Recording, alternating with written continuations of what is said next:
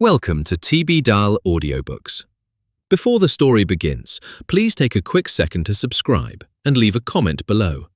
Your support keeps these stories alive. Now, enjoy the listen. Undisclosed Background by T.B. Dahl. Chapter 7. The Children of File 17. The safe house basement smelled of pine resin and damp concrete. A single bulb hung from a beam overhead, casting a cone of yellow light across a workbench that Katerina had cleared and wiped down with a cloth she found beneath the sink. No windows, one door. The stone walls held the cold like a cellar, and Riley's breath made faint clouds as she descended the last step. Katerina had taped a wool blanket over the stairwell entrance to block any light from reaching the ground floor. She worked without hurry, arranging the space with the precision of someone who had done this before, setting out a desk lamp with a low-wattage bulb, positioning two chairs on opposite sides of the bench, laying a clean towel flat across the surface as a work mat. "Bring everything," she said without looking up. "Every page, every object, every envelope. We spread it all, and we read it together." Riley set the hotel safe's contents on the bench, her sealed adoption papers in their brown legal envelope, the partial birth record, Rask's correspondence, and the silver pendant wrapped in tissue paper. The pendant was small enough to sit in her palm. She unwrapped it and placed it face up on the towel. The engraved letters caught the lamplight. S-A-N. Elliot came down the stairs carrying a cardboard document box. The box was scuffed at the corners, the kind sold at office supply stores, with a lift-off lid. He'd said almost nothing during the drive back from Oslo. He set the box on the bench and removed the lid. Inside, a manila folder of papers, a sealed envelope marked with his adoptive father's handwriting, a second envelope unmarked, and, at the bottom, wrapped in a square of dark cloth, the silver Orthodox cross. He unwrapped the cross and placed it beside Riley's pendant.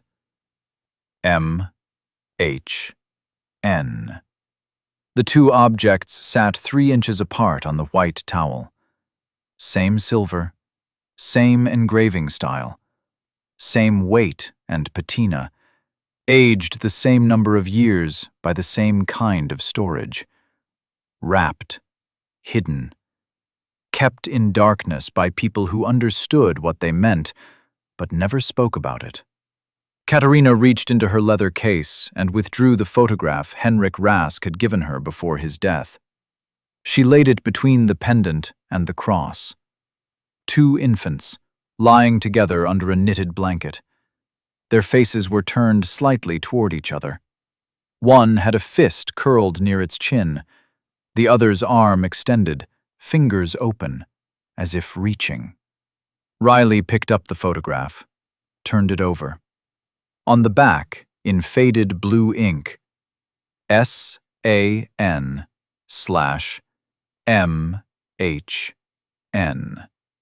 Oslo, 1999. She set the photograph down, picked it up again, studied the handwriting, the careful, deliberate strokes of someone forming each letter with intention, as if the act of writing these initials was itself a kind of ceremony. Or a goodbye.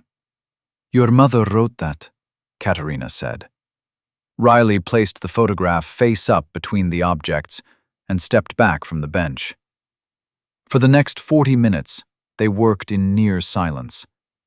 Katerina organized the material into rows. Riley's documents on the left, Elliot's on the right.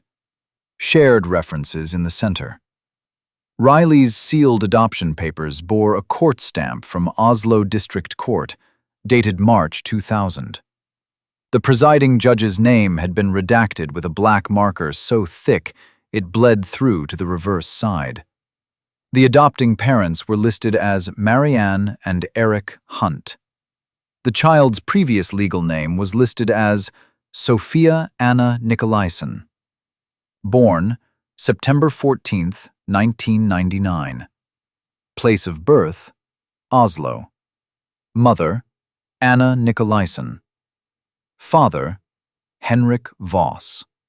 A handwritten annotation in the margin, in ink that matched the court stamp's age, read, "Sealed per instruction. Ref HRR/NT-17. Riley read the annotation 3 times. HRR/NT-17. Henrik Rask's initials combined with the Northern Table designation and File 17 reference. The court seal wasn't just legal. It was coordinated. She set the paper aside and opened Rask's correspondence. 3 letters, each on plain white paper, each typed on what appeared to be the same machine, the same slightly raised E she'd noticed in the original envelope delivered at Tim Wendelboe. The first was dated June 2000, addressed to Eric Hunt, and began, "Dear Mr. Hunt, the placement is proceeding as agreed. Sophia is adjusting well to the new environment. Please maintain the protocols we discussed. No contact with the Harper family, no acknowledgement of the sibling. The name Riley should be used exclusively in all settings going forward. Original documentation will be sealed through the court and held separately. I will check in at the agreed interval. Regards, H.R." Riley put the letter down. Her hand was steady. Her jaw was not. On the other side of the bench, Elliot had laid out his own papers in a row. His adoption record bore the same court stamp, same date range, different judge. The child's previous legal name, Mikhail Henrik Nikolaisen. Born September 14th, 1999. Place of birth, Oslo. Mother, Anna Nikolaisen. Father, Henrik Voss. Same mother, same father, same date. A second letter from Rask to Thomas Harper, dated August 2000, used almost identical language. The placement is proceeding as agreed. Mikhail is adjusting well. No contact with the Hunt family, no acknowledgement of the sibling. The name Elliot should be used exclusively. Elliot read the letter once. He set it down with the careful deliberation of someone placing a detonator on a flat surface. "The dates match," Riley said. "September 14th. Same hospital reference number prefix. Same mother, same father, same year." "Yes," Katerina said. "Both letters reference the other family by name. Hunt, Harper." Rask was managing both placements simultaneously. "Yes.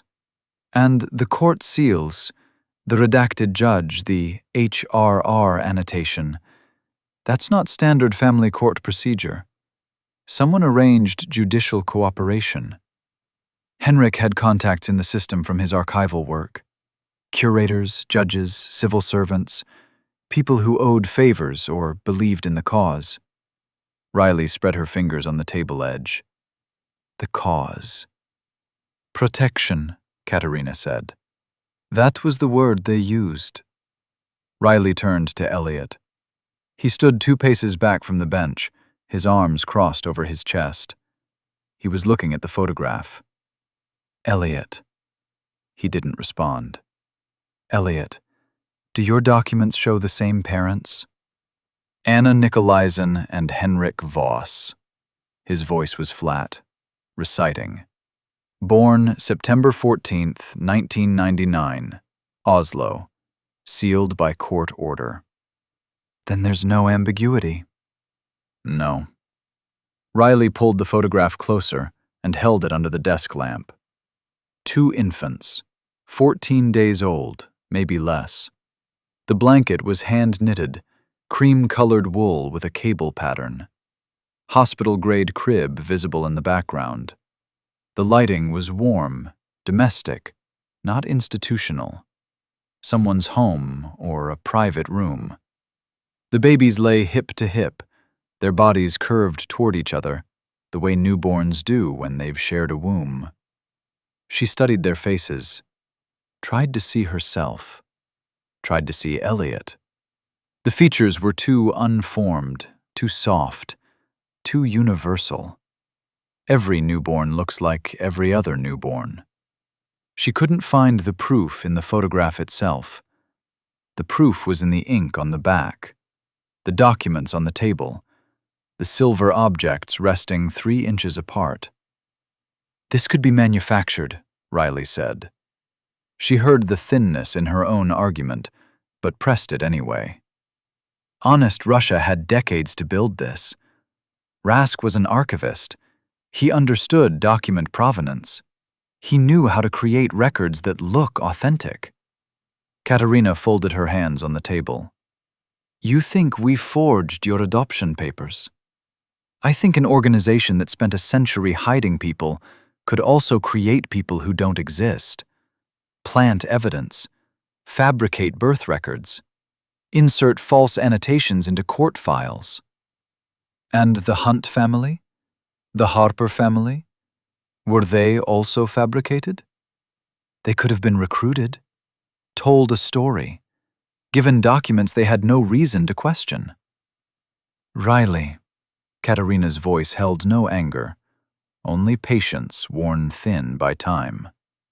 Your parents confirmed the names yesterday. Both families, independently. They confirmed the adoption, the sealed records, the instructions from Henrik Rask, the existence of a sibling. They confirmed what they were told and what they chose to believe. They confirmed what Rask told them. That doesn't make it true. Look at the birth record. I've looked at it. Look again. The hospital reference, the attending physician's registry number, the maternal record notation. These are not details an archivist invents. These are records that exist in hospital systems, in government databases, in civil registration archives. If they were forged, the forgery would need to penetrate Norwegian medical records, court files, and civil identity systems simultaneously, and survive 27 years without a single inconsistency flagged by any institution that handled your identity. Riley opened her mouth, closed it. Henrik Rask was meticulous, Katerina continued. He was not a magician. He could seal records. He could redact judges' names. He could coordinate placements with sympathetic families. But he could not fabricate a Norwegian birth from nothing. The records exist because you exist. Both of you. Born to the same woman on the same day, in the same city. Riley pulled the partial birth certificate toward her again. The hospital reference was an alphanumeric code she recognized from Norwegian health system formatting. The attending physician's name was listed, Dr. Christian Aas, with a 4-digit registry number. The maternal section noted blood type, delivery method, and a postpartum complication code she couldn't decipher. Who is Dr. Aas? She asked. An obstetrician, retired now. He delivered both of you. He was not part of Honest Russia. He was simply your mother's doctor. Can he confirm it? He could confirm a delivery on September 14th, 1999, resulting in 2 live births. He would not know the names used afterward. The identities were changed post-discharge. Riley stared at the birth record. The postpartum complication code sat in its little box, clinical and indifferent. A real code for a real complication that happened to a real woman who gave birth to 2 children and then, at some point afterward, lost them both. She set the paper down. On the other side of the basement, Elliot had moved away from the table entirely. He leaned against the stone wall with his back to the room.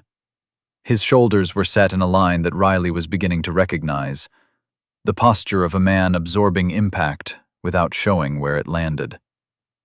Elliot, she said again. I heard everything. And? He turned around. His face was controlled. His eyes were not. The blue-gray had gone darker, the way water changes color when the depth increases. He looked at the photograph on the table from across the room, as if proximity to it would make the fact more real than it already was.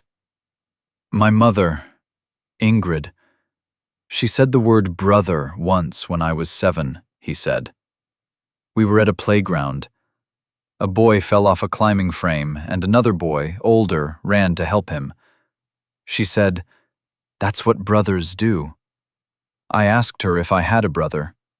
She said no, but the way she said it. He stopped, worked his jaw. I remember her hands.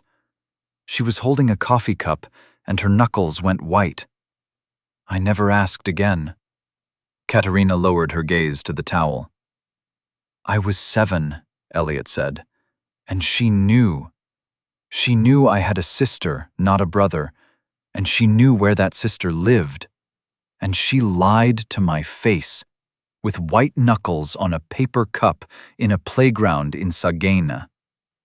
The basement was quiet. The safe house above them creaked as the wind pressed against its wooden frame. Riley picked up the photograph one more time. She turned it over and read the initials again. SAN/MHN. Written by a woman named Anna Nikolaisen. Their mother.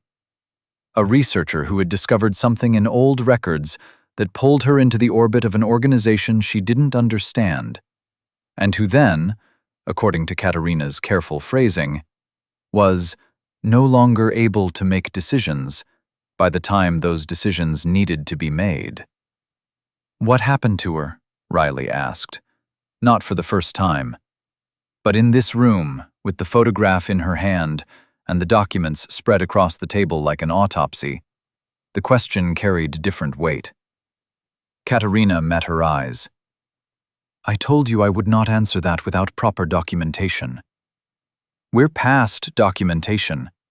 We're sitting in a basement with proof that we were born together, named together, and separated by a committee.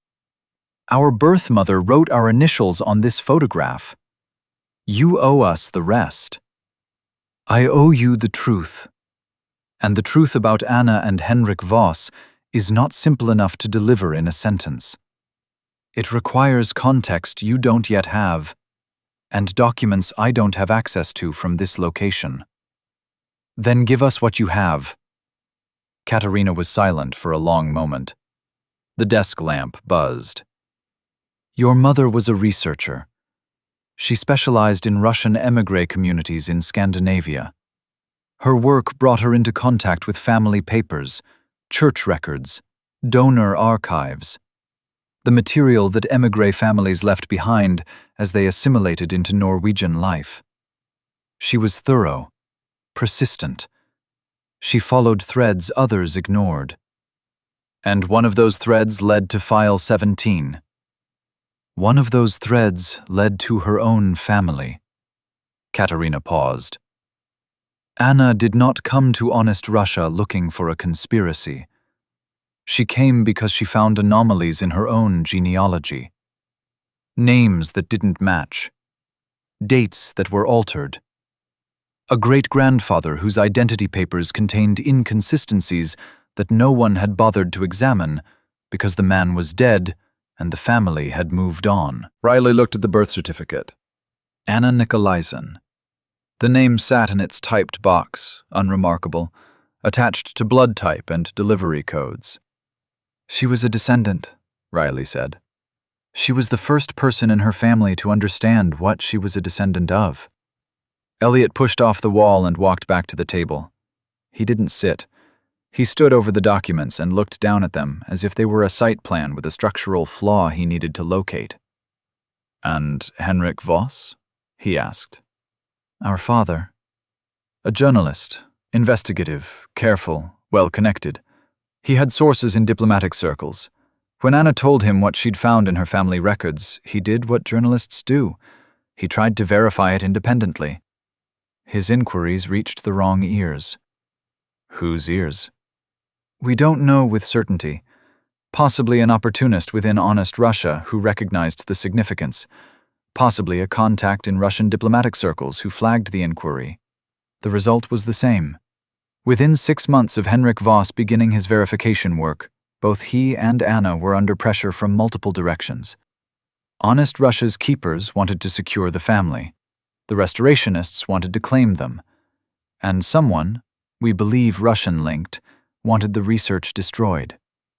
And the children? Riley's voice cut through the recitation. What about the children? The children were the most dangerous evidence. 2 living descendants, genetically verifiable, documented in Norwegian hospital records. If anyone connected Anna's research to the births, the bloodline became undeniable. Riley watched Katerina's face. The older woman's expression held the careful neutrality of someone who had rehearsed this explanation many times, not to deceive, but to survive the telling. So you separated us. The northern table voted to separate you. You were on that table. I was. Did you vote yes? Katerina's chin lifted a fraction. I voted to keep you together and relocate the family to Finland. I was overruled. Henrik Rask and 2 others believed separation offered the strongest protection. If one child was discovered, the other would survive. If one set of documents was seized, the other remained hidden. Redundancy, Elliot said. The word came out hard-edged, stripped of its engineering context, and repurposed as an accusation. That was the logic, Katerina said. Yes. And our parents, Anna and Henrik Voss? The question hung in the basement air. Katerina looked at the photograph on the table, the 2 infants under their blanket, the handwritten initials, a mother's last recorded act of naming. They were removed from the situation before the separation was carried out. Removed, Riley repeated. I don't have confirmed details about what happened to them. I have theories. I have partial information from Henrik Rask, who carried guilt about it for the rest of his life. What I can tell you with certainty is that by the time the northern table placed you with the Hunt and Harper families, Anna Nikolaisen and Henrik Voss were gone. Whether that means they were killed, relocated under deeper cover, or forced into disappearance by a faction we haven't identified, I cannot tell you. Not yet. Not from this basement. The answers, if they survive at all, are in the rest of File 17. The bulb overhead flickered once. The concrete walls pressed inward. Riley turned away from the table. She walked to the far wall and stood facing the stone. Her reflection didn't exist there. Just cold, damp rock and the smell of a forest foundation that had been holding up this house for decades. She pressed both palms flat against the surface. The cold bit into her skin. This is real, she said. Not a question. Katerina didn't answer. She didn't need to. Behind her, Riley heard Elliot pick up the photograph. She heard the soft sound of paper held between careful fingers. She turned around. He was looking at it the way he'd look at a blueprint, reading it for structure, for connections, for the thing that explained how the whole system held together. But there was no structure in the photograph. Just 2 babies. Just warmth and wool and a mother's handwriting. September 14th, he said quietly. 14 months. That's how old we were when they placed us. 13 and 14 months, Katerina corrected. Riley was placed with the Hunts first.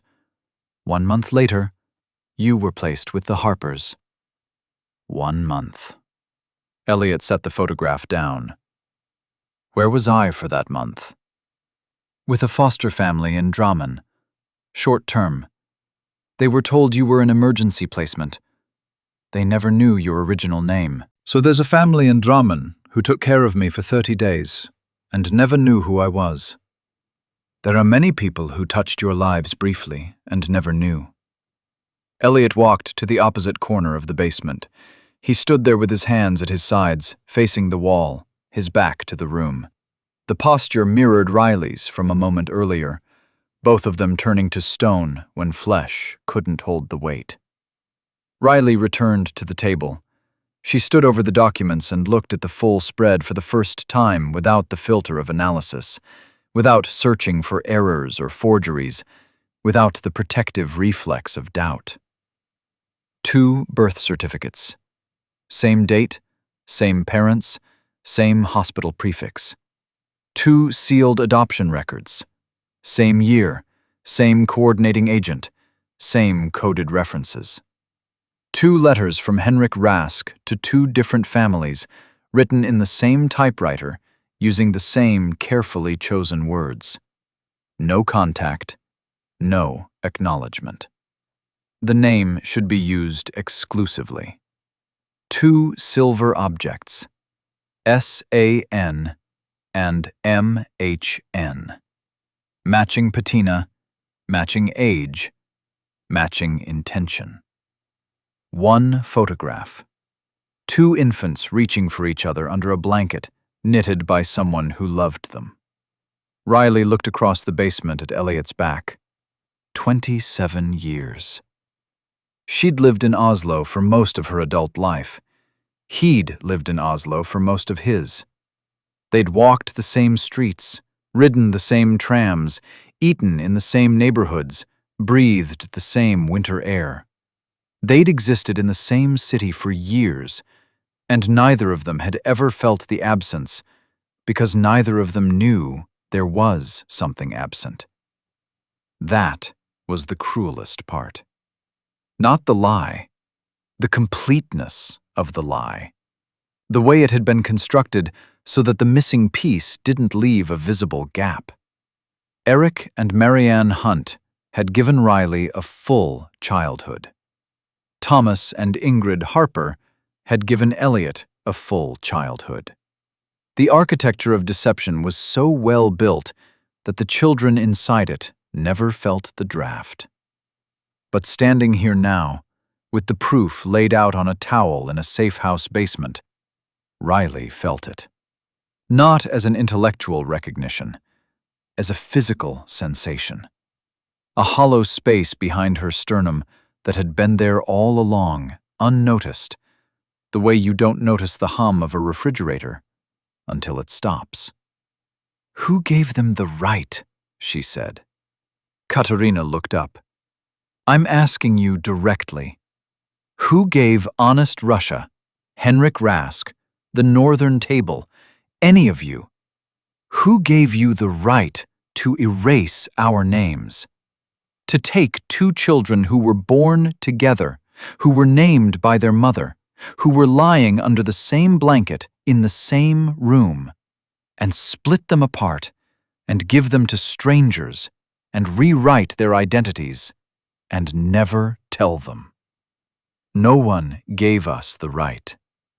Then what was it?" "Fear." Katarina's voice was steady, but the word landed with its full weight. "We were afraid. Your parents had attracted attention that could not be undone. Russian-linked actors were already monitoring the family. The restorationists inside Honest Russia were making plans we couldn't control.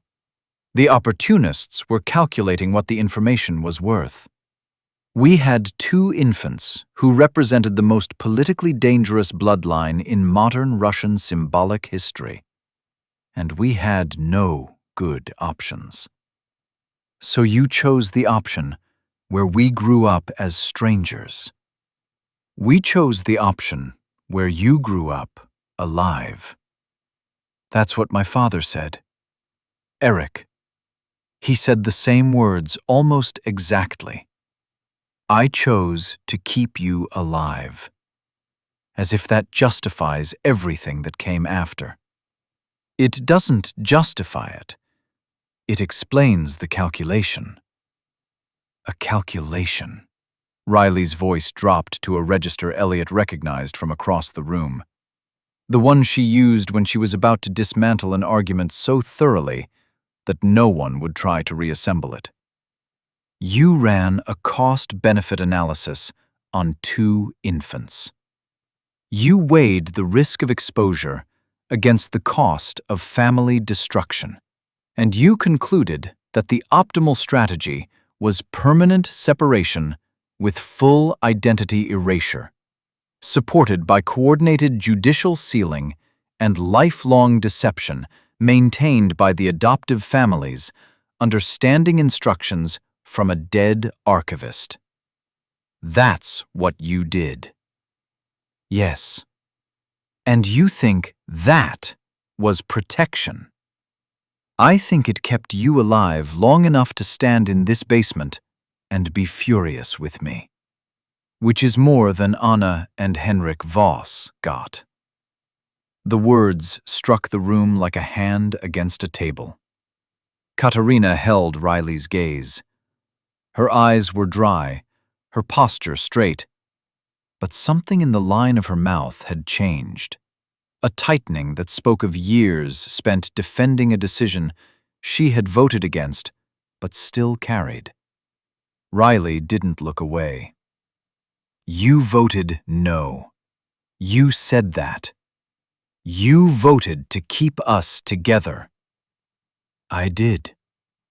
Then why are you the one defending it? Because I understand why they voted the way they did. Because I spent 27 years watching both of you from a distance, making sure the placement held, making sure the families followed the protocols, making sure no one slipped. Because I was part of the system, even when I disagreed with the decision. Dissent doesn't absolve participation. Elliot turned around. His face was composed, but the skin around his eyes was tight, and his hands hung at his sides with the deliberate stillness of someone preventing them from doing something else. You watched us, he said, from a distance. Through reports, through contacts, through occasional verification. Verification. We needed to confirm that the placements remained stable, that neither family had broken protocol, that neither of you showed signs of discovering the truth prematurely. What would have happened if we had? Katarina paused. Contingency measures. What kind? Relocation, new identities, deeper concealment. We would have been moved again, if necessary. Elliot absorbed this. He walked slowly back toward the table, but stopped 2 paces short. He looked at the photograph, the 2 infants under their blanket, reaching toward each other in the unthinking way of bodies that had never been apart. I had a sister, he said. For 27 years, I had a sister. She lived 40 minutes from my apartment. She went to cafes I probably walked past. She ran in parks where I ran. She was there, the entire time. And you watched. You verified. You confirmed the placement was holding. Elliot, you watched 2 people who belonged to each other grow up as strangers, and you called it a success. Katarina closed her eyes. When she opened them, the careful professional composure had not broken, but something beneath it had shifted, something older and heavier than duty. I called it survival, she said. I never called it right. The basement fell silent. The wind outside moved through the trees, and the safe house above them creaked the way wooden houses do when the weather changes. The desk lamp continued its faint electrical buzz, indifferent to the human architecture collapsing beneath it. Riley moved back to the table. She placed her hands flat on either side of the documents and leaned forward, scanning the full spread one final time. Birth certificates, adoption papers, correspondence, a photograph, a pendant, a cross. The evidence wasn't ambiguous. It wasn't partial. It didn't require interpretation or expert analysis. It was the complete, documented record of a family dismantled by committee, and hidden inside two ordinary Norwegian childhoods. She picked up the pendant. S.A.N. Sophia Anna Nikolaisen. She turned it in the lamplight and watched the letters catch and release the glow. Someone had chosen this name for her. Someone had held her and called her Sophia before the world decided that Sophia was too dangerous to exist. "Who named us?" she asked. "Your mother," Katerina said. "Anna chose both names. Sophia Anna, after her grandmother and herself.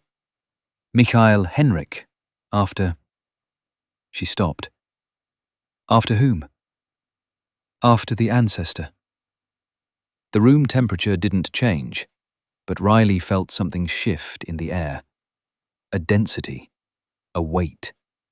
The presence of a history much older and much larger than a basement in rural Norway. "Michael," Elliot said from across the room.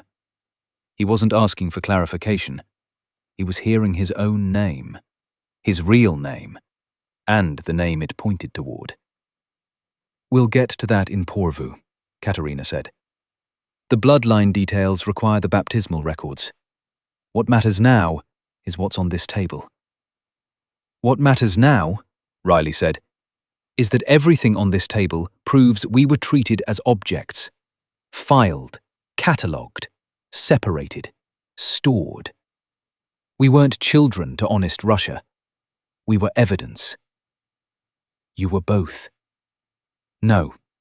Evidence gets filed. Children get raised. You can't do both to the same person and call it love." Katerina didn't argue. She reached across the table and aligned the photograph precisely between the pendant and the cross, the three objects forming a small constellation of proof on the white towel. "What would you like me to say, Riley?" "I'd like you to say it was wrong." "It was wrong." "Mean it." "I have meant it every day for 27 years. I meant it when I voted against the separation. I meant it when I watched Henrik Rask seal the court orders. I meant it when I read the first verification reports and learned that Riley Hunt was doing well in school and Elliot Harper had joined the army.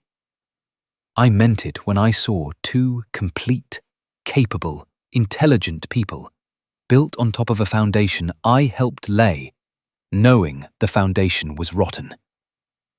She paused. "Would you like me to say it again?"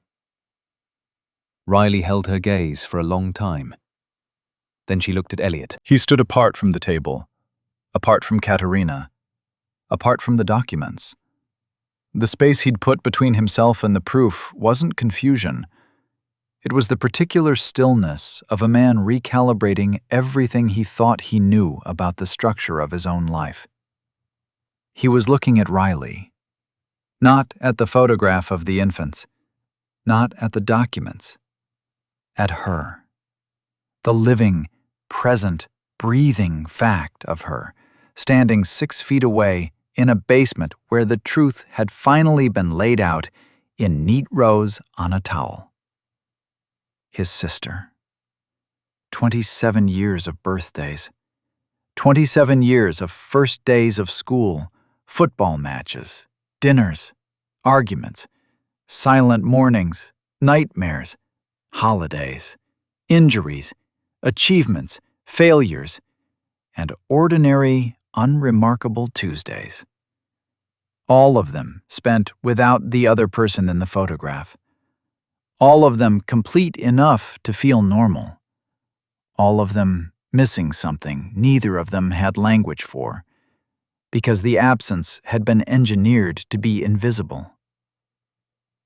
"Riley," he said. "Just the name. The one they gave her. The one that replaced Sophia." "Yeah." He didn't close the distance between them. He didn't reach for her hand or offer comfort or say anything about what the documents meant or what they should do next. He just stood there and looked at her, with the expression of someone seeing a building he'd worked in for years and realizing, for the first time, that the foundations ran deeper than anyone had told him. Riley felt it. The hollow space behind her sternum, the refrigerator hum that had stopped, leaving a silence so complete it had its own sound. She picked up the photograph and carried it across the basement to where Elliot stood. She held it up between them.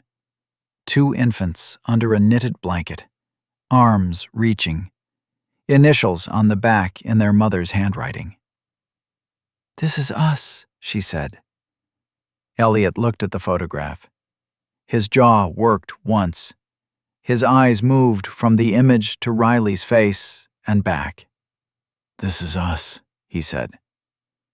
Neither of them said anything else. The photograph stayed between them, held in Riley's hand, while the desk lamp buzzed and the wind pressed against the house above, and Katerina sat at the table, surrounded by the dismantled architecture of a lie that had taken 27 years to build and 1 night to open. The documents waited on the towel. The pendant and the cross reflected the lamplight.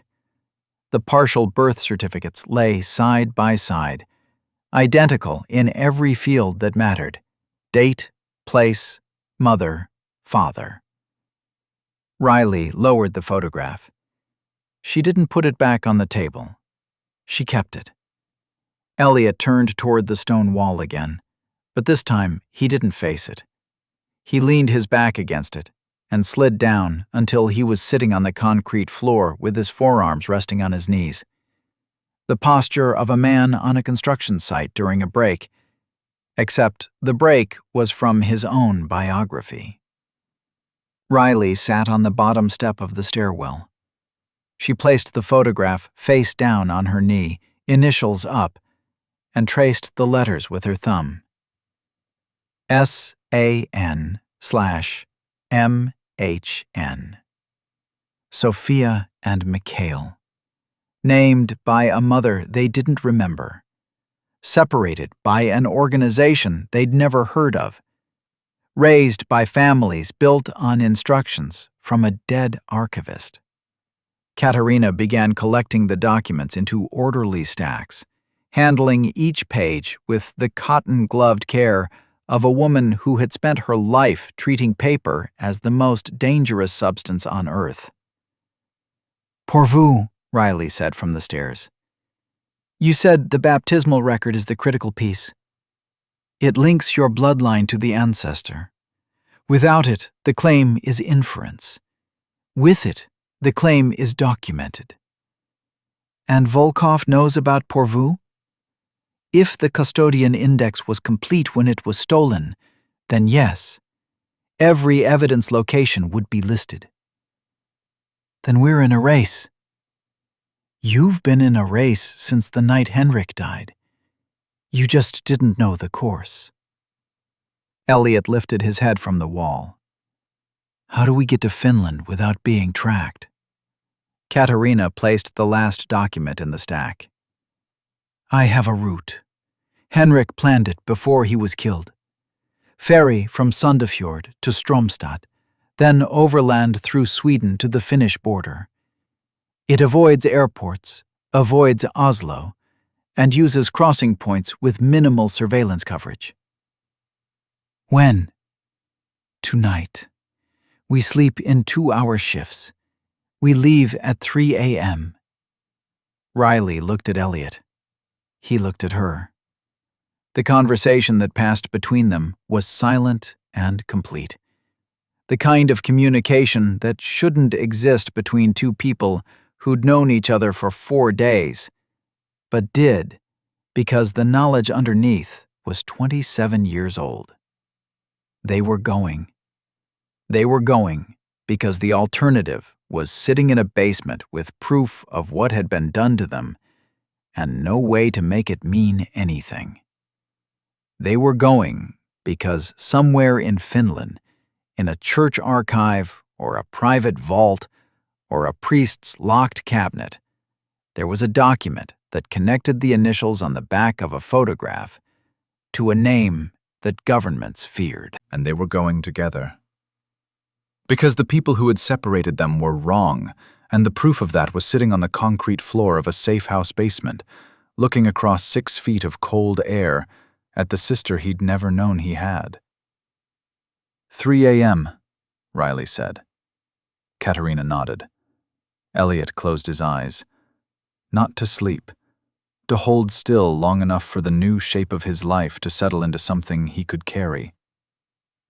Riley turned the photograph over one more time, studied the 2 infants, tried to find the exact point where one body ended and the other began under that blanket.